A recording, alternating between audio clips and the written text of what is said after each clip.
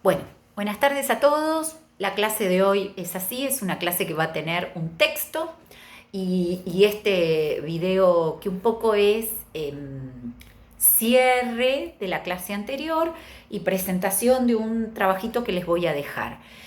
Las consignas que les dejo a través de este video, yo sé que muchos de ustedes estuvieron trabajando tomando apuntes cuando vieron los dos videos anteriores que yo había subido un día antes, entonces cuando estuvimos en la clase del 11, algunos de ustedes ya tenían estos videos trabajados. Lo que les propongo es, como no vamos a tener clase directamente hoy, presencial, que ustedes cuando vean este video y lean el texto, sí trabajen sobre las consignas.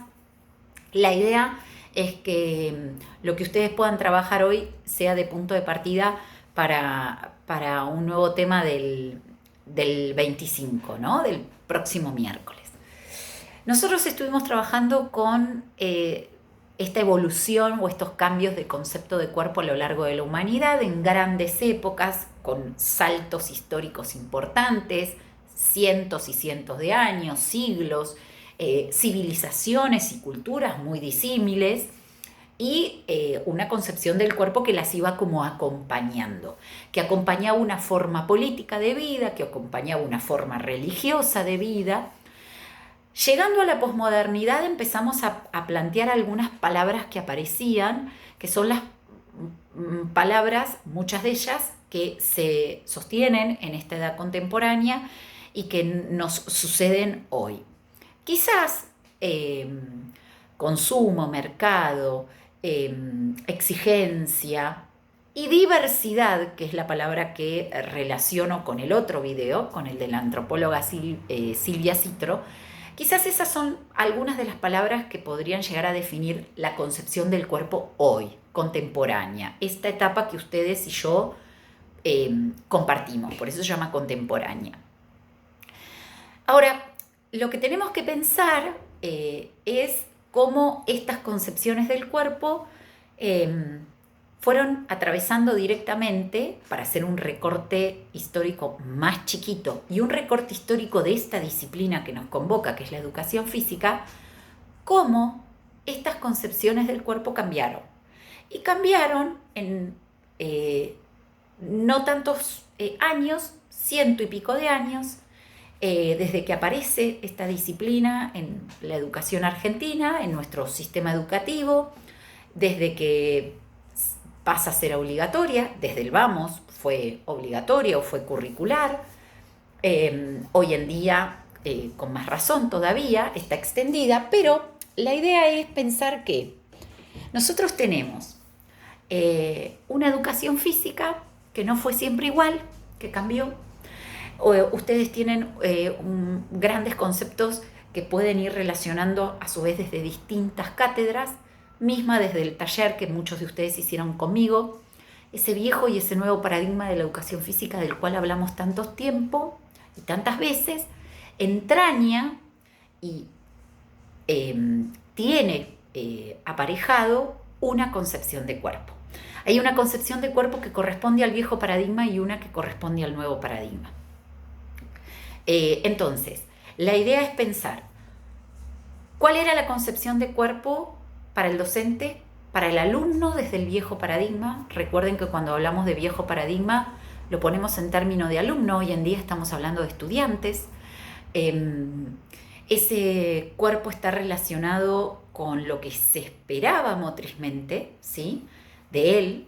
Entonces, ahí, para definir el cuerpo tradicional de la educación física, podemos hablar fundamentalmente de dos protagonistas distintas: el alumno y el profesor. El alumno con sus características, con lo que se esperaba de él, con el desempeño motor que se esperaba, con un tipo de lineamiento bajado hacia ese cuerpo, en una época en donde había algunas cuestiones que demostrar a través de este cuerpo, y acá hubo una salvedad, y lo llevo a historia de la educación física sobre todo. En este viejo paradigma de la educación física deberíamos tratar de distinguir cuerpo de hombre y cuerpo de mujer. O sea, una sociedad muy binaria, una sociedad en donde no había distinción de géneros o no había una perspectiva de género, sino que había dos sexos biológicamente determinados, sin grandes opciones de otras elecciones, con lo cual había un cuerpo de la educación física para niñas y mujeres, un cuerpo de la educación física para varones u hombres, que tenía que ver con reforzar ciertas características desde lo moral también para la futura mujer en esta sociedad y lo que se esperaba de ella y para el futuro hombre. Ese cuerpo de la educación física tenía que cuadrar con lo que se esperaba, no solamente dentro de la clase de educación física, sino con lo que se proyectaba en lo que era ese hombre o esa mujer ideal para esa sociedad. Y por otro lado, el otro protagonista es el profesor, ¿sí? Ese profesor que también tenía un cuerpo, era portador de una imagen con ciertas características, con cierta impronta, con cierta postura, con una concepción de movimiento particular, y fíjense que acá hablo de movimiento más que de motricidad. Entonces, tenemos que distinguir lo que era la concepción del cuerpo para esta educación física tradicional, viejo paradigma, y cómo nos paramos hoy. No tendríamos que hablar de concepción de cuerpo, tendríamos que hablar de corporeidad. Pero el cuerpo de la educación física hoy, si lo queremos llamar de alguna forma, tiene otras características, ¿sí? Entonces acá recurran al video de diversidades corporales de Silvia Citro, que apenas lo pudimos como un poco soslayar la clase pasada. Fíjense que ahí aparece la palabra diversidad. Y recurran a este texto breve que les dejo, que es el fundamento o el enfoque del área de la educación física hoy. Yo elegí lo que es el fundamento para la educación secundaria. Fíjense que ahí, entre paréntesis, va a aparecer tercer año, pero si ustedes miran cualquier diseño curricular, inclusive el del nivel inicial, el enfoque del área es el mismo, porque el enfoque del área tiene que ver con la concepción de la educación física hoy, y acá el punto fuerte en el que más hacemos hincapié es considerar a la educación física una práctica social. La educación física no es una práctica deportiva, la educación física no es una práctica física, a pesar de que arrastramos un nombre que nos deja pegados a una concepción del cuerpo desde lo biológico y desde lo físico-anatómico. La concepción de la educación física es una práctica social. Quiere decir que ya desde la intencionalidad de ser una práctica social, a lo que más tiene que aportar es a la formación social de este sujeto de derecho que va a vivir en sociedad, y el punto es pensar qué valores, qué aprendizajes promuevo yo para que este sujeto en sociedad pueda vivir mejor, usando como medio de comunicación su motricidad y su corporeidad, y fundamentalmente desarrollando la sociomotricidad, porque como no vivimos solos y vivimos en sociedad, lo más importante del movimiento es pensar justamente cómo me permite comunicarme y vincularme con un otro, en un objetivo o tarea común, en un trabajo compartido, en un trabajo cooperativo y solidario, como es un juego, en donde somos varios y tenemos un objetivo común perseguido, diseñado estratégicamente en términos de tomas de decisiones, y vamos por ello, pero vamos por ello con otros, ¿no? Entonces, pensemos que si yo parto de la educación física como una práctica social, hay un enfoque particular que ha cambiado, y hay una concepción de cuerpo que ha cambiado, y hay una concepción de sujeto que ha cambiado. Este sujeto es un sujeto mirado desde una perspectiva integral, en donde yo tengo que insistir en poner a la motricidad, a la corporeidad y a la sociomotricidad como grandes conceptos a desarrollar, pero fundamentalmente desde la mirada de recursos que le aporten a su desarrollo integral y que le aporten a una vida social plena, activa, en una sociedad cada vez más compleja, cada vez más cambiante, y donde se va a pedir de este sujeto, sobre todo, cada vez más compromiso reflexivo, ¿no? Entonces, esas palabras que decíamos hace un rato que contemporizábamos como consumo, como mercado, son palabras que tienen que recurrentemente aparecer en esta mirada y este enfoque de la educación física como práctica social.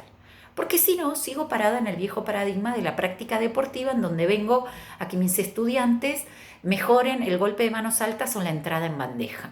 Y nadie va a ir al supermercado a comprar la comida haciendo entrada en bandeja. Van a necesitar otras cosas.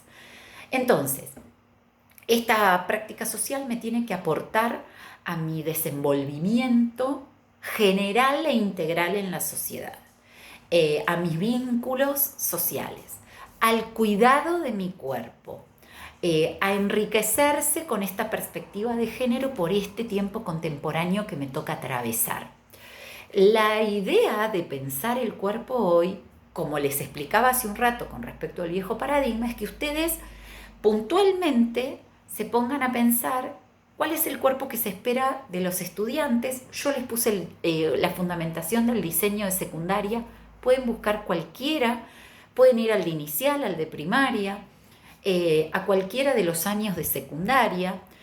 Busquen ahí con qué mirada deberíamos trabajar, cuáles son los criterios que nos tienen que guiar para trabajar, qué es lo que se espera de una sociedad cada vez más compleja, qué concepto de hombres y mujeres ciudadanos tenemos y necesitamos, qué cuestionamientos nos atraviesan, como esto de las perspectivas de género, cómo nos vamos a parar desde esta área, qué concepto de cuerpo tenemos desde la perspectiva de género, porque tranquilamente estamos pensando en que podemos tener situaciones áulicas con nuestros estudiantes en donde nos planteen que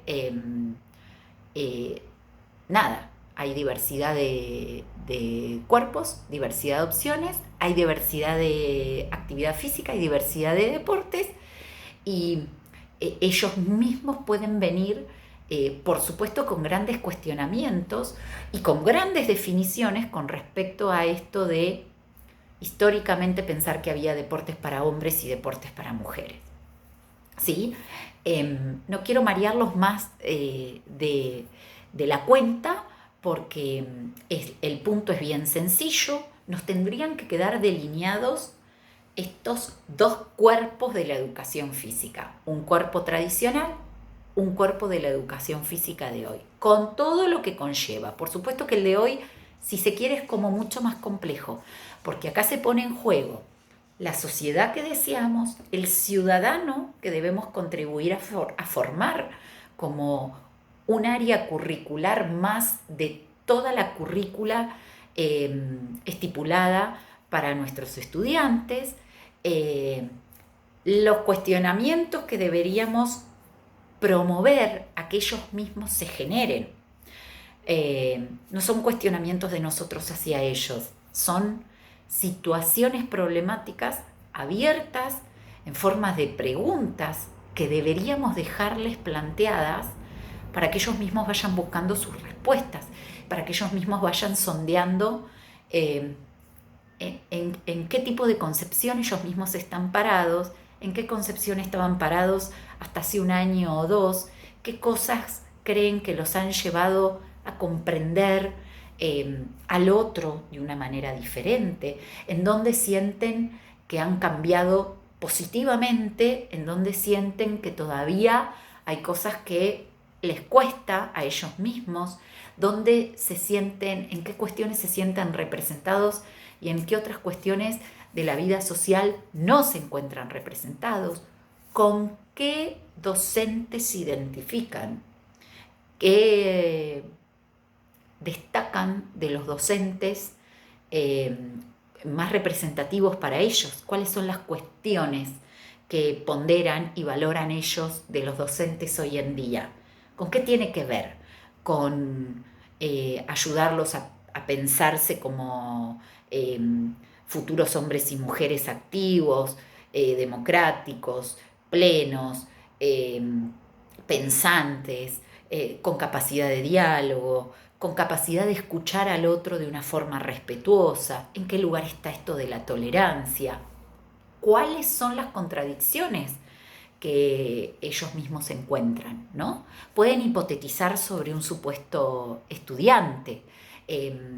Piensen que el último video, el de Silvia Citro, que habla de diversidad, abre el abanico de posibilidades. Lo atraviesa con una cuestión de acceso y de clase social. Y ahí nos meteremos ya el miércoles que viene para darnos cuenta de que no estamos tampoco todos con la misma libertad de elección. Nuestras libertades quedan como a veces sesgadas por posibilidades reales, ¿no? Que tienen que ver con accesos socioeconómicos. Pero esas son una de las grandes contrariedades. La diversidad es para todos, en qué caso sí, dónde no la encontramos con tanta facilidad. Estas diversidades de prácticas que nosotros mismos profes ofrecemos, son para todos. ¿Qué cambios aparecen con esto de las prácticas corporales? ¿No? ¿Con qué prácticas corporales creen que se identifican sus estudiantes? Hagan como el recuento de todas las experiencias que han tenido desde colonias probablemente con niños más chiquitos, y algunos trabajaron ya con adolescentes, los estudiantes de los últimos años de la primaria, los de los primeros años de la secundaria, sus prácticas docentes. La idea es que dejemos un poco definido estos dos cuerpos, el que definitivamente queremos dejar y los grandes desafíos que tenemos hoy. El desafío de trabajar en pos de la diversidad, trabajar desde la perspectiva de género, qué resistencias encontramos desde la misma escuela, que tiene que trabajar atravesando en todas sus áreas a la ESI, pero hay algunas cuestiones que todavía no están tan aceitadas, no salen con tanta naturalidad, y sin embargo seguimos encontrando, sí, naturalizadas algunas prácticas y algunos discursos que cuadran más con el viejo paradigma que con el nuevo, ¿sí? Bien. Bueno, esa es la tarea y les dejo el texto. El miércoles que viene trataremos de retomar de acá en más rapidito y avanzaremos con otro autor que tiene que ver un poco más ya con esto de clases sociales y las grandes diferencias con respecto a los tipos de deportes, las actividades físicas, el campo educativo y el campo deportivo. Les mando un beso y que estén bien.